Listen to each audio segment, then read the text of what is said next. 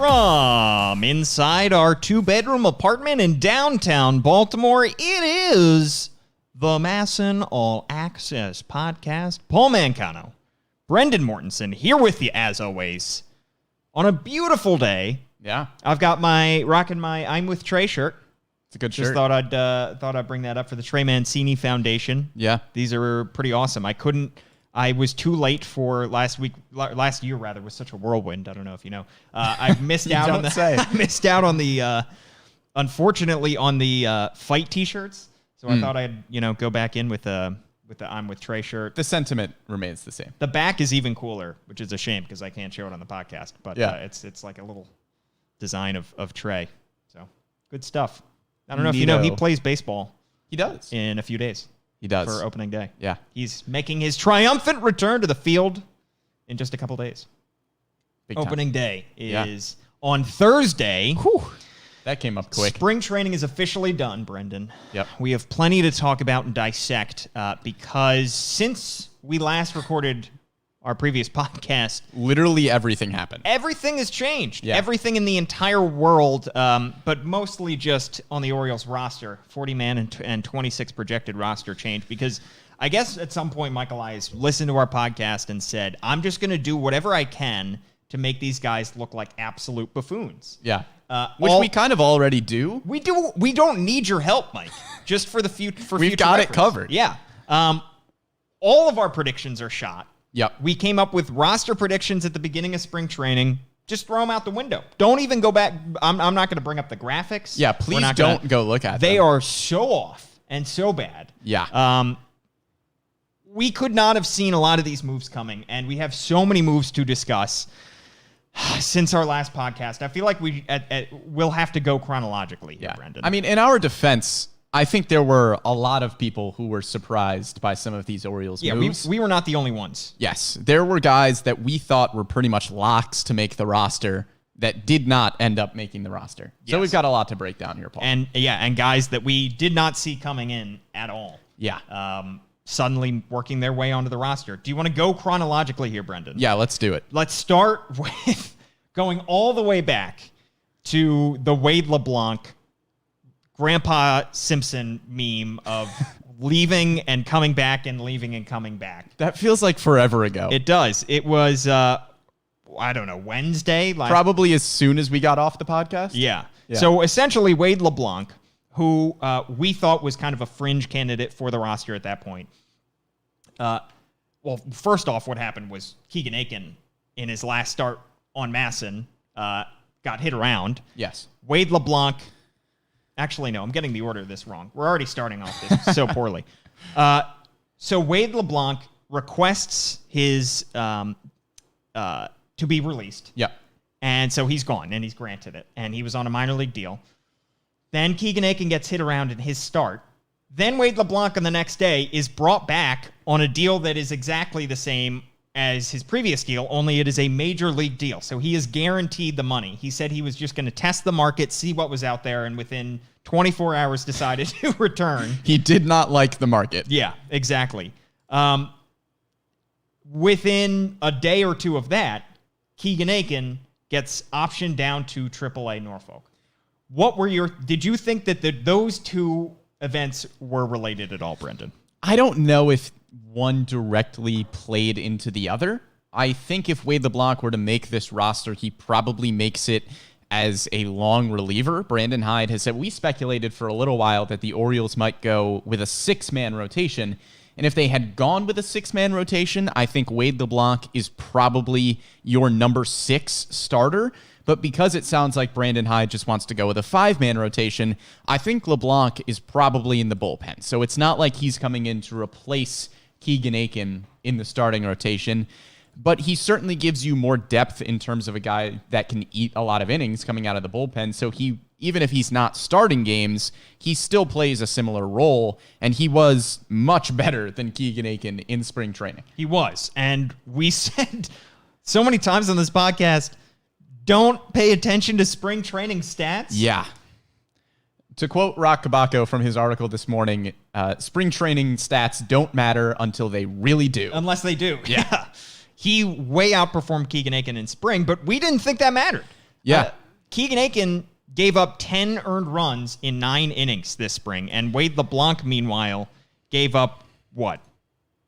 Less than that. A lot less than that. Gave up 3 earned runs, struck out 10. And the thing that stuck out to me between LeBlanc and Keegan Aiken, Wade LeBlanc in spring training had a 139 batting average against. Keegan Aiken had a 366 batting average against. Yeah. So not only was Keegan Aiken giving up earned runs, he was giving up a lot of hits. Yeah. So it's nice to, I guess they brought back, they might have had something to do with each other. Probably not a whole lot. Not a ton, I don't think. But he definitely takes one of the roster spots that, a roster spot that is left open by Keegan Aiken. Right. Not in the rotation, however. Keegan Aiken being optioned was, I think, so far maybe the biggest surprise of spring. Yeah. I think all of us pretty much had him as a lock for the rotation. Probably is the number 3 starter in this rotation. Yeah, it seemed like he was pretty solidly the 3rd best pitcher in the starting rotation at this point. Yeah, and especially considering last year, he had an ERA under 5. He had some rough outings, but he came out of the bullpen. He started some games, so he could be used in that versatile role. And we thought that he was going to take a leap. Yeah. And he clearly just his command was not there this spring. And it was enough to be of concern for Mike Elias and Brandon Hyde. And I don't know how much the spring training stats were really taken into account here. I think if you are optioning Keegan Aiken down, it probably has much more to do with the overall mechanical issues than it does those issues with his stats. Yeah. And Keegan Aiken was okay last year. I mean, for his first year in the majors, he had 3 starts of no earned runs. He had a 4.56 ERA. But you've mentioned before, Paul, that Keegan Aiken really wasn't going deep into those games. He never pitched above 5 1/3 innings, and in those 3 starts that he didn't give up an earned run, he pitched 5.1 innings, 5 innings, and then 4 1/3. Yeah. So he wasn't really going deep into games, and it's not like Keegan Aiken was an ace last year. He didn't light the world on fire with his rookie campaign. He wasn't showing the same flashes that Dean Kramer was. Yeah. So I think if there are still mechanical issues to work out with Keegan Aiken, while it's surprising that he isn't on the roster at this point, because when he is on the roster, he is probably the 3rd or 4th best starting pitcher. If there's mechanical issues with one of your younger prospects, you've got to make sure that's taken care of before he's sticking at the major league level. And the alternate site, I feel like gives them more of an opportunity to do that than if they were starting the Norfolk season on time. Right. And he was just having to go up against AAA competition. This is clearly a go to the alternate site, work with some of the pitching coaches that we have there, get your mechanics figured out, like you said, Brendan, and come back. It's not throw him right back into game action. It's take him away from game action and figure out whatever you need to figure out before you come back. And I do think he will come back, at some point early on in the season. I think it's going to be a very short stint. I don't know about very short. I think he's coming back before the AAA Norfolk season starts. I'll say that. Yeah. So maybe a month. I would guess a month. Yeah. I would guess he misses a few turns in the rotation. I agree. Assuming everything goes well there and he gets whatever he needs to figured out. And players were raving about the alternate site last year. It sounds like they were able to get a lot of individual help and they were able to work on a lot of things that maybe they weren't even able to do in a minor league season. So maybe the alternate site and having that available at the start of the season is just a good alternative to game action if you're working on mechanics, especially. And especially considering the Orioles' start to the season goes Red Sox, Yankees, Red Sox, which are 2 of the more high-powered offenses in the American League. Yeah. And if you throw him back into game action, maybe he has to start 2 of those games against the Red Sox and Yankees. His confidence could take a major hit. And I know his confidence could take a major hit by getting demoted, but you would rather have him deal with that at the alternate site and figure that out and have coaches in his ear and talk to him and get things right than have him go out there in front of at Yankee Stadium or, at Fenway Park, get hit around and have to deal with it in a major league clubhouse and get back on the road. And it's just a difficult thing to experience publicly. So maybe that factors into it somewhat. Yeah, and if you're Keegan Aiken, if there are things that are going wrong mechanically, we don't want to speculate because we haven't heard too much of the exact reason that he is down at the alternate site. If there's things going on mechanically, I'm sure he probably wants to figure that out before he is starting games again at the major league level. Absolutely. Still, a surprising move. Yes. I think it's fair to say. And then Mike Elias followed up surprising move with another surprising move, making a trade for a pitcher, Adam Plutko from Cleveland, a guy who is 29 years old. He's been around a while, has never been a great starter, has bounced back and forth between the rotation and the bullpen in his 4 seasons with Cleveland. The cost is very minimal. They only trade cash considerations over to Cleveland to get Adam Plutko. I mean, one of the Orioles' best players there in cash considerations. Cash considerations. Yeah. He's been so useful over he's been involved in a lot of deals, I feel like. Yeah. His resume is not sparkling. This is clearly another depth move for Mike Elias. Yeah, I think Plutko will start in the bullpen. I think that's the plan to start. But realistically, I think he could probably crack the starting rotation, if not just as a spot starter here and there. His 2020 numbers were not great. He had a 4.88 ERA, and the thing that's also concerning with Plutko, not a big strikeout guy. He had just 4.9 strikeouts per 9 last season, but his 2020 ERA was inflated because he had one game where he allowed 7 earned runs, and in the rest of his games, he didn't allow more than 3 earned runs. So his ERA last year was inflated because of that one bad game. I think he's a solid depth piece that you could probably start if needed, but he's going to start in the bullpen for now and will probably be able to eat up some innings. And a little bit of a concern when he was acquired was the fact that the longest outing he'd had in spring with Cleveland so far 2 innings, was 2 innings. Yeah. So he had been used a fair amount in the spring, but never in an outing longer than 2 innings. And if you're acquiring him, not even to be a starter, but to be a long man in the bullpen, you're going to want his length built up at that point. You want him to be able to handle 3-4 innings at a time if you're going to want to bring him in to spell one of your starters in the middle innings. If the plan for him is for Plutko to eventually be a starter in the rotation, the bullpen makes sense because, like you said, you need to start ramping up those innings, especially after the weird season last year and a modified spring training. You want to make sure that he's getting ramped up and you're not just throwing him into, okay, go pitch 6 after he hasn't pitched more than 2 all spring. Yeah, and Mike Elias has said he's long been an admirer of Adam Plutko and has been watching him from afar. Maybe one of the things that he picked up was the fact that Plutko started using a new pitch last season that he had never used before, which was a cutter. Literally never used this pitch, had it in his arsenal. All of a sudden in 2020 with Cleveland, he's throwing it 30% of the time. So that might be something that Mike Elias sees on tape and thinks that's something Chris Holt can work with. Yeah. That's a pitch that he can use more effectively once he gets it in his arsenal. Clearly for Cleveland, this was a move where he was going to be cut. So instead of Mike Elias having to wait for him to pick him up on the waiver wire, he just trades cash considerations and guarantees that he gets him on the roster. Yeah, a very low risk deal. I mean, if Plutko is able to use this new pitch from last year and able to work with the pitching coaches and find something effective, you didn't give up much to get him. And if he doesn't work out, you didn't give up much to get him. Yeah, absolutely. Perhaps the bigger surprise with the Adam Plutko trade was the outgoing player on the 40-man roster, which was the Orioles' projected opening day second baseman, Yolmer Sánchez, removed from the 40-man roster and designated for assignment. A guy that, Brendan, I know you certainly had high hopes for. I did. And that hurts. I'm a sucker for defense, Paul. Yeah. We know this. Yeah. We have heard my rants about Cedric Mullins. We have heard my rants about Yolmer Sanchez. The man was a Gold Glove winner at second base. The defense was there. The offense was not. Yeah. The hope was that he was going to have a season similar to, maybe to a lesser version, but a Jose Iglesias or basically a guy that you acquire on a very cheap deal who is a defensive first middle infielder. You hope to get a good offensive season out of Yolmer Sanchez and maybe flip him. But at the very least, you can stick him in your starting lineup and at second base every day, help out your pitchers by getting some Gold Glove defense up the middle.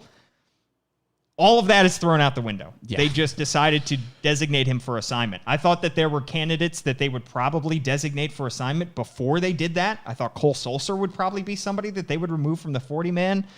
But Mike Elias said that he felt comfortable. He liked what he saw from the second base competition in camp enough to just cut Yolmer Sanchez a week before opening day. Well, let's keep a few things in mind here. The first with Yolmer Sanchez is that he was claimed off of waivers for the Orioles from the San Francisco Giants. So it's not like the Orioles just cut an all-star second baseman. Yeah. It is a surprise to us because he was pretty much a fixture in the spring training lineup, and we thought because of that defense, he would pretty solidly be at second base. But maybe in spring training, you just saw enough defensively from guys like Pat Valaika and Ramon Urias that the production that someone like Pat Valaika gives you offensively just outweighs the difference in defensive ability between Valaika and Yolmer Sanchez. Well, and what we were saying weeks ago is that the hope coming into spring training from our side of things was that Jamai Jones, who, of course, was acquired for the Alex Cobb a few weeks before spring training started, would outplay one of the veterans in the infield. And our thinking was he might outplay Rio Ruiz. You take Yolmer Sanchez and move him over to third base. Instead, what happened is the Orioles signed a third baseman in Michael Franco. Yolmer Sanchez gets removed, and Jamai Jones, while he did not outplay Yolmer Sanchez, he didn't outplay Rio Ruiz this spring, he flashed some tools. Yes. I mean, he clearly has, he is maybe the most athletic infielder on the roster right now. Oh, without a doubt, I think he's the most athletic infielder on the 40-man, He has a little bit of power. He has speed, certainly. Defensive versatility to play in the outfield. Of course, his primary position since the past couple of years has turned into second base.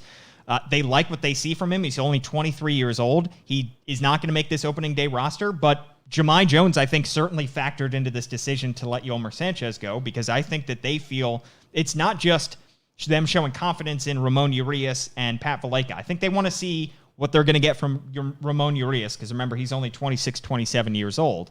But I think this is more of a vote of confidence in what Jamai Jones is going to be later on in 2021. I would agree. Jamai Jones and also Rylan Bannon, who can play either third base or second base. So I think it's probably, like you said, a vote of confidence in those younger guys, and you want them to be able to come up and get starts. If Yolmer Sanchez is still on this team, he's probably starting because his defense is so good that you want to keep him on the field.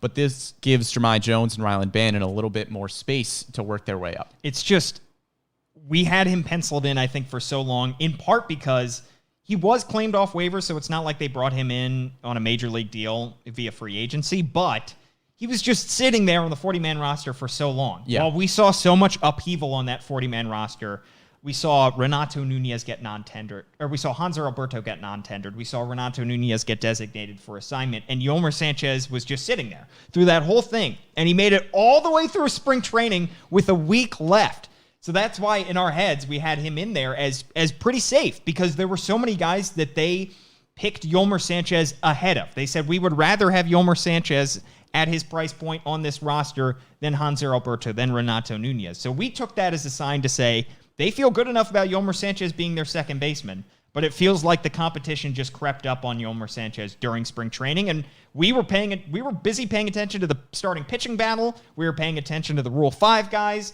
and we missed it. Well, again, not the only ones, but we just missed it. Well, it's interesting, too, because we didn't really look too heavily at the spring training numbers, because everything we heard is that spring training is a tune-up. The spring training numbers don't matter that much until they really do. Well, Brandon Hyde kept saying it. Yeah, and Yolmer Sanchez, we knew, wasn't going to come in and hit. Yolmer Sanchez was either going to be the 8 or the 9 in the Orioles starting lineup, but I suppose when you hit 190 with 8 hits and 8 strikeouts, maybe the hitting was just at the point where the Orioles couldn't justify keeping him in the lineup over somebody like Pat Valaika, who is not as good defensively, but is much better offensively. Water gun to your head. When does Jamai Jones make his debut in 2020? I think pretty soon. I would honestly give it him a month. I would say early June. Yeah, I might even say May. Yeah. Late May. Because he has a clear window at this point. He does. Pat Valaika and Ramon Urias are both probably best served to be utility guys off the bench. I don't think you want either of them being your everyday second baseman, and I think it's worth giving Jamai Jones, pretty early on, a shot to prove that he can be that second baseman.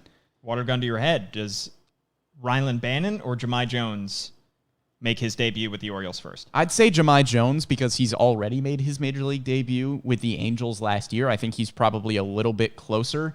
And I think Ryland Bannon, you're probably looking at as more of a third baseman than a second baseman, I would guess. And at this point, that path is much more murky considering there's Maikel Franco and Rio Ruiz there right now who both look like they're going to make the roster. Another water gun to your head? My goodness. I've got a lot of water guns to my head here. How many games does Rio Ruiz play at second base? Oh my goodness. So that's the other thing. That's a whole new thing. Yeah. Rio Ruiz has been playing second base for the last few games of spring training. I think it's just more of an experiment to see if Rio Ruiz can play there. Well, yeah. He doesn't fit a second baseman. Well, again, Mike Elias just making us look like absolute idiots. Yeah. We said on this podcast we did not think Rio Ruiz was going to stick on this roster, and he still may not for the long haul. You know, he could be gone in a month. He could be DFA'd. However, it appears at this moment, we don't have the 40-man roster in front, or the 26-man opening day roster in front of us, but it's almost guaranteed that both Maikel Franco and Rio Ruiz are going to be on this roster on opening day. Which is crazy. With Ramon Urias and Pat Valaika. Yeah. I probably would have told you that one of those guys would make the roster. Probably two. A few weeks ago, once the Orioles signed Maikel Franco, I would have told you that Franco and Valaika make the roster. And Ruiz and Urias were off. And now we've got all four. Yeah, we've got all four. And Brandon Hyde talked about true versatility, being a guy who can also play shortstop. Yes. With Ramon Urias. Pat Valaika and Ramon Urias fit that bill. Right. Rio Ruiz does not. And that's why we thought he would be on the outside. Especially because they're trying him out at second base. And Brandon Hyde said, we want to, don't read too much into this. We just want to give him a shot there now so that we don't surprise him when we have to ask him to play second base at some point down the line. You have to imagine this is a cross your T's, dot your I's situation where he probably can't play second base, but you just have to make sure in case he surprises you. I think Rio Ruiz will get some starts at DH. Probably, especially with DJ Stewart's injury. Yes. DJ Stewart likely to be on the 10-day IL, I think, to start the season. Yep. Chris Davis, of course, on the 60-day IL, so that takes away another DH candidate. But, this roster is just not what we thought it was going to be. It is just... and again, Mike Elias has done this in previous years. He sets the opening day roster, and then 2 weeks into the season, the roster has completely flipped on its head. Guys are out the door that were on the opening day roster you thought would have a chance to stick with the team long term. I threw out some names last week of guys that were on the 2019 opening day roster that eventually played like 5 games for the Orioles and were gone. Yeah. Drew Jackson was one of those guys, a Rule 5 guy. He was on the roster. I was pretty convinced you made that up. Great story. Opening day roster guy gone within 4 at-bats. Yeah. Plate appearances. So, the opening day roster is just that. It is just the roster on the first day of the season. Right. But it is certainly not the collection of players that we expected them to have. Yes, agreed. David on Facebook commenting and asking, is Ruiz going to be our second baseman or a bench player? Yeah. If I had to wager a guess right now, I'd say he's probably a bench player that will play second base occasionally. I think the opening day second baseman will probably be Pat Valaika. And then I think Ruiz will have a chance to work in at third base and maybe second base. And then Ramon Urias will work in at second base and shortstop. So I think Ruiz for now is a bench piece. I think if I had to predict the opening day lineup, I would say Pat Valaika is your starting second baseman. I would say Rio Ruiz actually might be your starting day third baseman, with Maikel Franco being your opening day DH. Yeah, I could see that. Because, maybe they want to give Maikel Franco just a few more days to get fully healthy and ready. He still needs a little bit of time. He says that he is ready, but he hasn't played in that many spring training games. He was signed so late into camp. Right. They gave that he had that option in his contract to be sent down to the alternate site. It appears at this point they're not going to exercise that. He's going to make the roster, but maybe he DHs for the first couple games. Yeah, but over maybe the first month or so, I think Rio Ruiz will occasionally start at third, maybe play second once in a while, but will usually just be a bench piece. And also, Rio Ruiz is the better defensive third baseman. Oh, absolutely. Than Maikel Franco. Yep. So, you have a better shot with Rio Ruiz at third. If you're keeping both of them on the roster, might as well stick the better defensive third baseman in the field and keep Michael Franco as your DH, right? Yeah, it would make sense. I mean, Michael Franco can be a pinch hitter if you don't want to rush him in to game action right away, if you want to start Rio Ruiz at third because he's had a full spring training, and then just kind of ramp up Michael Franco slowly but surely. Franco will eventually take over the starting third baseman job, we're assuming. Yeah. But for now, it looks like Ruiz has a place until Franco is 100% ready to go. All right. Let's go back to the pitching real quick. Yeah, because we've got a lot of things to run through. There are more moves that the Orioles made. Yeah. Felix Hernandez opts out, requests his... That's Orioles legend, Felix Hernandez. That is Orioles legend, yeah. Now we're putting him in the same category as Johan Santana, I guess. Yeah, pretty much. He never... Except did Johan Santana ever pitch like a spring training game or anything? He pitched in the minors. Okay. Oh, no. I think he pitched at Sarasota in like simulated games. I don't know if he ever pitched in a minor league spring training or a minor league game. And he was not, I don't think he pitched in any spring training games. Well, either way, Felix Hernandez on Orioles legend status with Johan Still Santana. wearing that Orioles cap on his Hall of Fame. Yeah, I might have to buy a jersey. Who knows?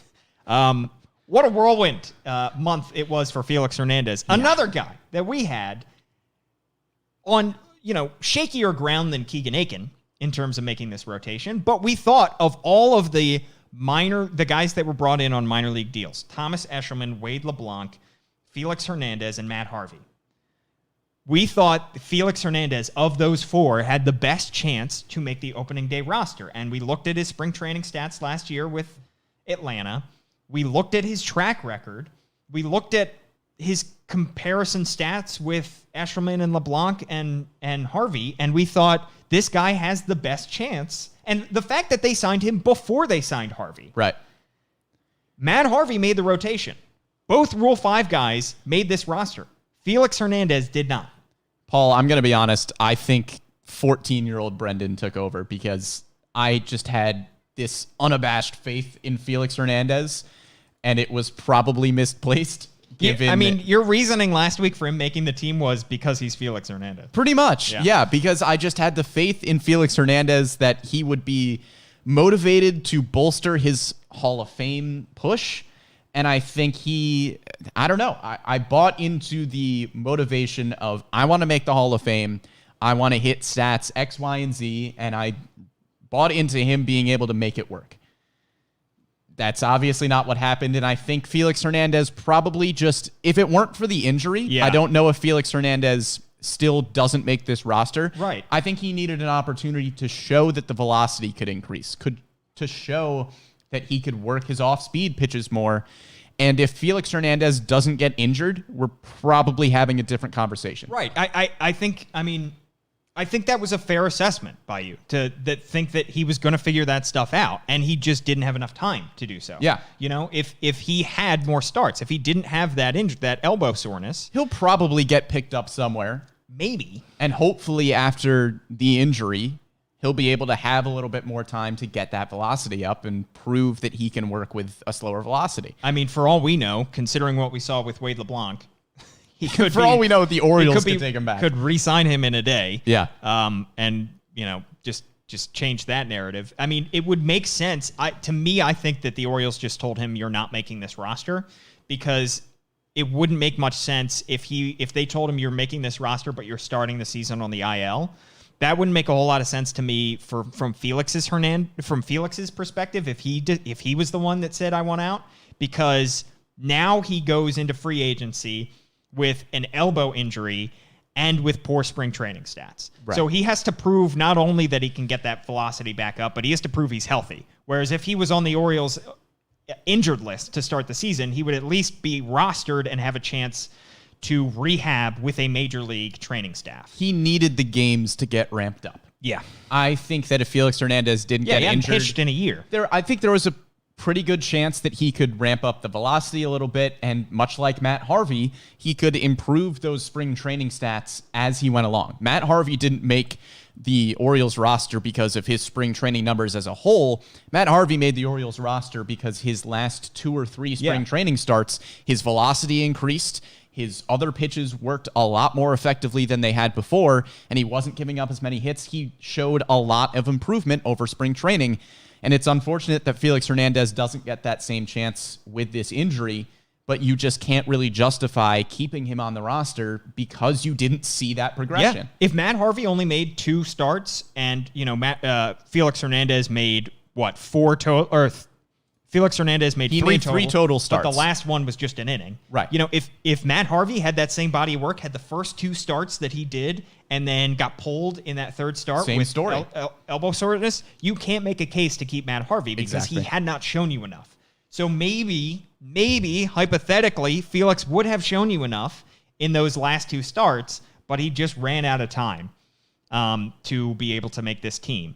Matt Harvey, like you said, made this team not because of his first 2 starts, but because of his last 2 starts. Right. Because he showed significant improvement. And there are other guys that had much better spring trainings than Felix Hernandez that deserved spots on the roster and spots in the rotation, and you couldn't really justify saying, okay, that we hope once Felix Hernandez is back from this injury, we hope that he progresses enough to get to a point where he could potentially be in the Orioles rotation. There are a lot of ifs and hypotheticals in that situation when there were other guys that were pitching a lot better and deserved spots in the rotation. So continuing the theme with us looking like idiots and Mike Elias, just all spring, I said, I just can't see room for the Rule 5 guys. And here they are. Here they are. Both Rule 5 guys, Max Aroller and Tyler Wells, have made the Orioles opening day roster.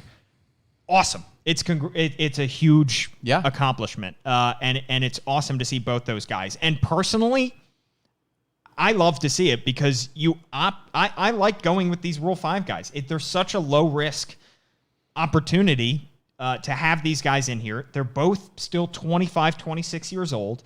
You have them so cheaply on your roster, and really the only thing you have to do is keep them on your roster. For a little bit, and then you option them. Yeah, and not demote them. So it's just a way to get kind of free prospects in a way, $100,000 prospects, I guess you could say. So it's great. Tyler Wells, I think, absolutely, definitely deserved to get on this roster. Yes. Max Aroller was not nearly as sharp as Tyler Wells this spring. When all things are equal, you go with the Rule 5 guy, I think. When all things are equal, you would rather have the younger, more prospect-like pitcher than you would somebody like an Eshelman, even somebody like a Felix in terms of an older veteran guy that you hope to flip. Because in my mind, what are the odds that Felix Hernandez say he's healthy and he made this roster? What are the odds that he pitches well enough for you to get a good enough return of a player that is a better prospect than Tyler Wells or Max Aroller?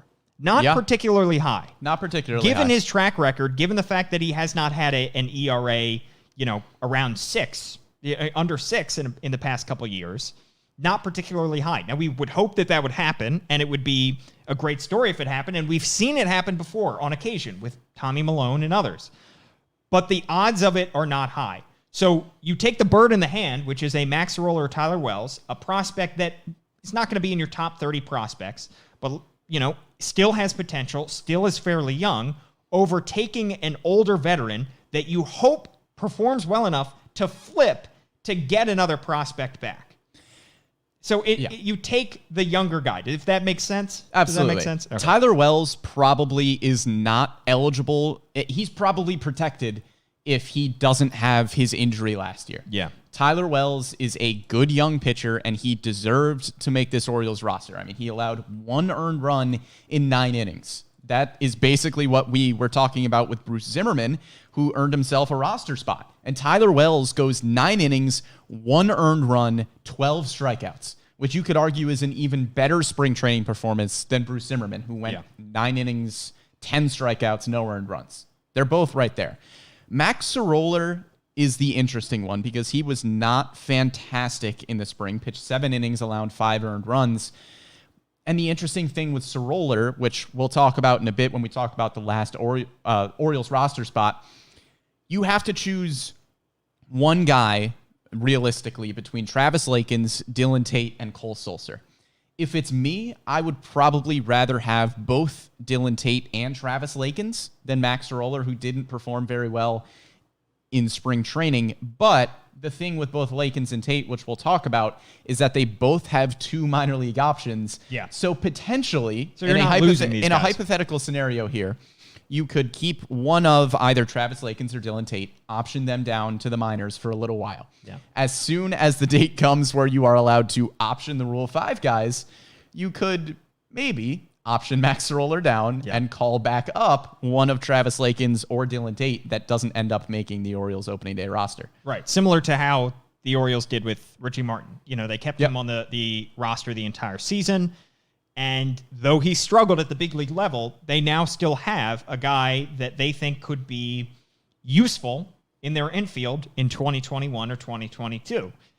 They had to swallow the lumps and take the lumps of him really struggling, which he did. And we talked about him not being ready for the big league level when he was taken in that Rule 5 draft over from the A's system. Struggled a little bit in the field. Definitely struggled at the plate. Good for him for, being able to withstand that. And I'm sure it was incredibly difficult for him to do that. But now the Orioles have him in the system, and now they don't have to worry about losing him at any point. Right. They could do the same with Max Roller and Tyler Wells. That being said, if Max Roller is used in a lot of games and gets really hit around, and the Orioles say, we really just need him in our system, we want to keep him here, we don't want to send him back to the original team, he's got to be able to handle that. And that can be difficult to handle. If he's not ready for the big leagues, but he has to pitch in big league games, that could be difficult for a player's confidence. Right. But they clearly have the faith that either he'll perform well enough or he'll handle the difficulties of life in the big leagues well enough to deal with it. And to me, that's a shot worth taking. Yes. That's worth the risk. Yes. I made a mistake now that I'm thinking back. I said option Max Roller as a Rule 5 guy. You can't option him them this year. Yeah. It would be, I meant to say return Max Roller. Yes. So he wouldn't be on the Orioles roster. But my hypothetical there still remains the same, where if Max Roller is at the major league level and doesn't perform very well, Travis Lakins and Dylan Tate both deserve to be on the Orioles roster, in my opinion. So if Max Roller or Tyler Wells doesn't pitch very well at the major league level, you could realistically return one of them, and then Dylan Tate or Travis Lakins could be back on the team. Like they did 2 years ago with Drew Jackson. There's that name again. Sent him back to the original team after like 4 at-bats because they just did not think that he was ready. But they gave him a shot on the opening day roster because there was nobody else ready to fill that spot. They could have options. I can't remember exactly the roster decisions made back then, but there was somebody clearly that they had in the system that they would rather have wait in the minor leagues just to give Drew Jackson a shot. Right. So they could do that here as well. I'm really excited to see, especially what Tyler Wells has to offer this season. We know that this team is going to need innings. Every team in baseball is going to need innings, especially because there were not 1,500 innings to be had by pitching staffs in the 2020 season. There were 580 some innings to be had in the minor league or in the big league season last year. So they're going to need Wade LeBlanc to eat innings. They're going to need Adam Plutko to eat innings. That's why they acquired him. They're going to need these long relievers to fill in innings. And especially considering when you look at the Orioles starting pitching staff, there are not a whole lot of guys who can go deep in games. I think that there is some optimism that we could see some overperformance from guys like Matt Harvey, from Bruce Zimmerman, which we haven't even gotten to, which is an awesome story that he's the number 3 and has absolutely earned his way onto the roster. Speaking of, don't pay attention to spring training stats. We should have paid attention to his 9 shutout innings this spring. Awesome. Well-deserved that he's on this pitching staff. But even John Means, who is your opening day starter, and we expect a good season out of him, has not gone deep in games his entire career. Last year, he had way too many outings where he had his pitch count up in the 90s and 100s in the 4th and 5th innings and had to be pulled from games.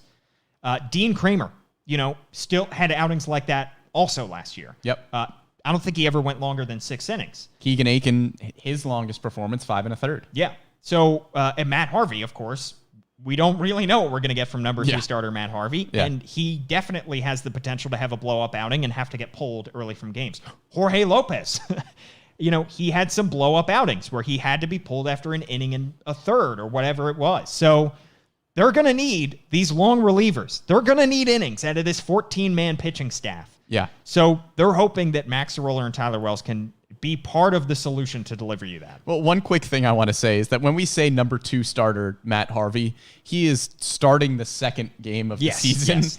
Matt Harvey more than likely is not going to be the second best starting pitcher on the Orioles this year. I would wager that that's probably going to be Dean Kramer or maybe even Keegan Aiken, who gets called up in a little while. I think this is more of a matchup based. You so go too. series by series. Matt Harvey is the number 2. Yes, he is the number 2, but he is just starting the second game. Dean Kramer is your second best pitcher in the rotation. But it's interesting too, Paul. I think we're going to see a lot of teams across Major League Baseball once these opening day rosters are announced. A lot of teams are going to go with 14 pitchers. The Orioles' first opponent, the Boston Red Sox, are more than likely going with 14 pitchers. So this is not just an Orioles thing where they're trying out a bunch of different guys and seeing what sticks. Teams around baseball are saying, okay, we need a lot of guys who can eat innings because of how weird last season was, because of the modified spring trainings. We need guys who can eat innings. And that's what a lot of teams are doing. And I think, I'm glad you mentioned the matchup thing. I think that's important because, you draw the headlines of Matt Harvey's the Orioles' number 2 starter. Yeah. But, I think the matchup thing makes sense. And the way that I was looking at it in my head was Dean Kramer, if you remember last year, he had 2 starts against the Yankees. His final start of the season came against the Red Sox. So small sample size, but he crushed the Yankees in those 2 outings. He dominated them. And he got hit around by the Red Sox at Fenway Park in that last start of the season. Yep. This current arrangement with Dean Kramer being your number 5 allows him to skip that Red Sox series entirely and start off the season on a good note, facing the Yankees at Yankee Stadium in the second series of the season. Makes sense. It makes some sense. Yeah. You have Jorge Lopez as your number 4. Bruce Zimmerman as your number 3. Definitely not the starting 5 that we had imagined a few weeks ago. We imagined a 6-man rotation, I think, with Means, Kramer, Aiken, LeBlanc, Harvey, and Felix. Felix is gone. Wade's in the bullpen, and Kramer got optioned. And Paul, Jorge Lopez, now that you mentioned him, I just looked it up because I did not really think about this too awful much until we started talking about it. Last year, Jorge Lopez pitched 1 game against the Red Sox, went 4 innings, allowed 5 runs. He pitched 1 game against the Yankees, went 5 innings, did not allow a run. There you go. So Jorge Lopez and Dean Kramer. Matchup-based baseball. The Yankees slayers. Look, you take whatever advantage you can get. Yeah. And kudos to Brandon Hyde for getting creative with this. Yeah. That's cool. I didn't even realize that. We are learning things on the podcast as we go. The Orioles are playing 4D chess. And look, this rotation is going to be in flux all season. And remember 2 years ago, the Orioles start the season, I think, against the Yankees and then the Red Sox, I think, in that order. But John Means was not in that starting rotation. Right. Fast forward 3 months, and he's an all-star, and he's the Orioles' ace. Yeah. So this rotation will be in flux. Yes. And, number 2 starter, these are just kind of terms that are thrown around for the time being. He is starting the second game of the season. So, Paul, we talked about 14 pitchers. I want to talk about the last potential roster spot, which is going to be going to a pitcher. Excuse me. I'm going to run through the roster real quick. Sure. The hitters, we've got Pedro Severino, Chance Sisco, Trey Mancini, Pat Valleca, Ramon Urias, Freddie Galvis, Michael Franco, Rio Ruiz, Ryan Mountcastle, Cedric Mullins, Austin Hayes, and Anthony Santander. We did not name DJ Stewart because he is probably going to be starting the year on the injured list. We don't think he's going to be out for a very long time. Once he's back, he will probably work his way into a DH role.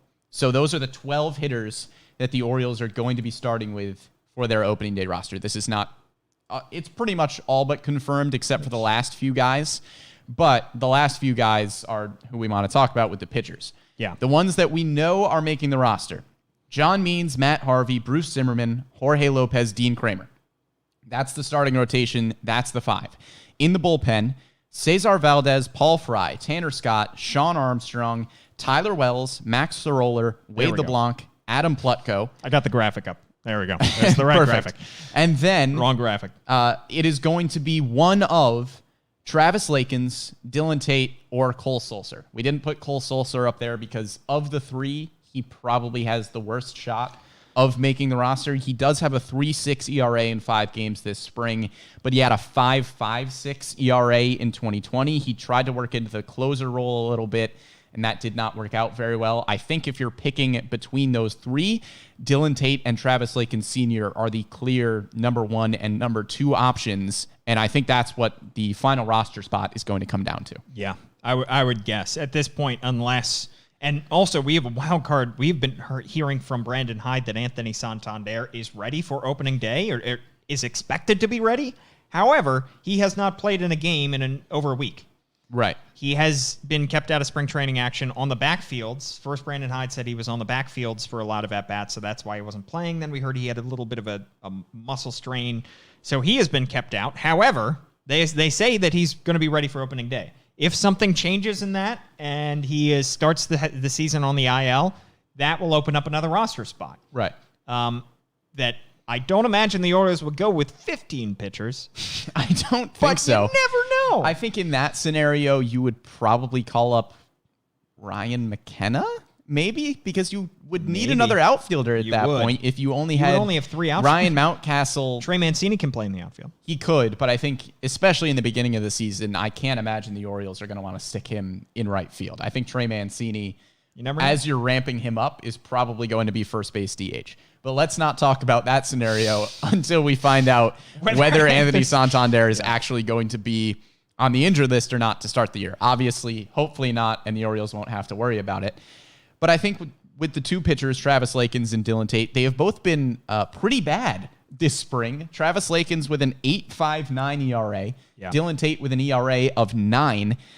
We are jumping back and forth on whether or not to be concerned with these spring training numbers. I'm not all that concerned with either of these guys' numbers because they were both very solid last year. We both had them. We had them both as locks. Yeah, because they both had sub 4 ERAs. Travis Lakins had a 2.81 ERA last season, and Dylan Tate at a 3.24. Either way, it doesn't make a ton of difference which one of these guys makes the roster. They both have 2 minor league options left, so you are not going to lose either of them if one of them does not make the roster. One of them won't make the roster, presumably. So you aren't going to lose them. One of them will just be optioned down because you have 2 options for both. Yes. If I had to guess right now, I think you probably go with Travis Lakins on the roster because he had a better 2020 and a slightly better spring training. If we have learned anything... is that we are wrong. We are wrong. So whatever you just predicted, I think Cole Sulser is going to make the probably team based on this. Yeah. We could very well be wrong about this because Mike Elias he's listening to this podcast right now. It's a good thing when we were doing these podcasts. He's just laughing at us. It's a really good thing when we were doing these podcasts the last few weeks that we prefaced by saying we could be wrong, and we were. Yeah. So, yeah, we are dead wrong. Yeah. And by the time you listen to this, perhaps you have the 26-man roster in front of you. And also, we aren't even discussing the possibility that the Orioles could pick somebody up off the waiver wire. Or trade for somebody else like Adam Plutko. I don't know if you know, but Renato Nunez is just floating out there, Brendan. Oh, man. He did not make the Detroit Tigers. Don't do this to my heart, Paul. Could Renato Nunez return to the Baltimore and join the absolute mess of first base DH that is occupied by Trey Mancini, Ryan Mountcastle, Pat Valaika can play first, DJ Stewart can DH, Rio Ruiz can DH. Tyler Nevin could make his debut. Tyler Nevin could make his debut at some point. First base DH is a mess. I wouldn't say a mess. They have good players there. It is okay. It is a good mess. Yes. It is a good problem to have that you have a lot of players. Which is why Renato Nunez found himself out of the organization to begin this. Right. Oh, yes. Offseason. We just ran through a lot. There's a lot to discuss here. Yeah. And there will probably be more after our podcast ends. However, we will be back in this apartment, this very apartment. This same one we don't leave. In 2 days to begin the season. Yeah. Opening day is up at Fenway Park on Thursday. We will be here doing a live show in which we'll be taking your comments and talking about our roster, opening day, our season, our AL East, our statistical leader predictions for the 2021 season. We want to kick off the season right. The O's start at 2 o'clock that day, so we'll probably go live, I would guess, around noonish, maybe 11 a.m. Come hang out with us. Yeah. Ask us questions. Absolutely. We want to hear from you guys, and we want to hear your excitement for the season, because I am so ready for baseball to be back with fans in the stands. Yes. And then it is just a week from Thursday that the Orioles have their home opener at Oriole Park at Camden Yards. So much exciting stuff coming in the next couple weeks. And we can finally stop talking about hypotheticals. Thank goodness. And start talking about games that actually matter. We can stop talking about our hypotheticals, and we can start talking about our predictions, which, much like our hypotheticals, will also be wrong. Also be entirely incorrect. We are really just driving people to listen to the podcast here by talking about how wrong we are. We are and how frequently it happens. Exactly. Of course, if you don't watch the podcast, you can watch the podcast. Yeah. On Facebook, YouTube, Twitter. And you should be watching the podcast, because Eric on YouTube says the apartment is looking better. Yeah. Look at us moving up in the world. We're cleaning. Yeah. Wow. Big steps for us. Absolutely massive. You can't see our microwave. That was a big thing for me. Yeah. We switched the angle. Yeah. We've got a better camera shot, hopefully. Yeah, exactly. The magic of working from home, huh? Absolutely. Thanks so much for tuning in. Of course, please like, rate, review, subscribe. Give us 5 stars on Apple Podcasts. Give us a ridiculous review. Tell us how great our apartment looks. Please do. Please do. We're very self-conscious about it. At Brandon Morty on Twitter. I'm at Paul Mancano. And we'll see you Thursday for opening day. Can't wait.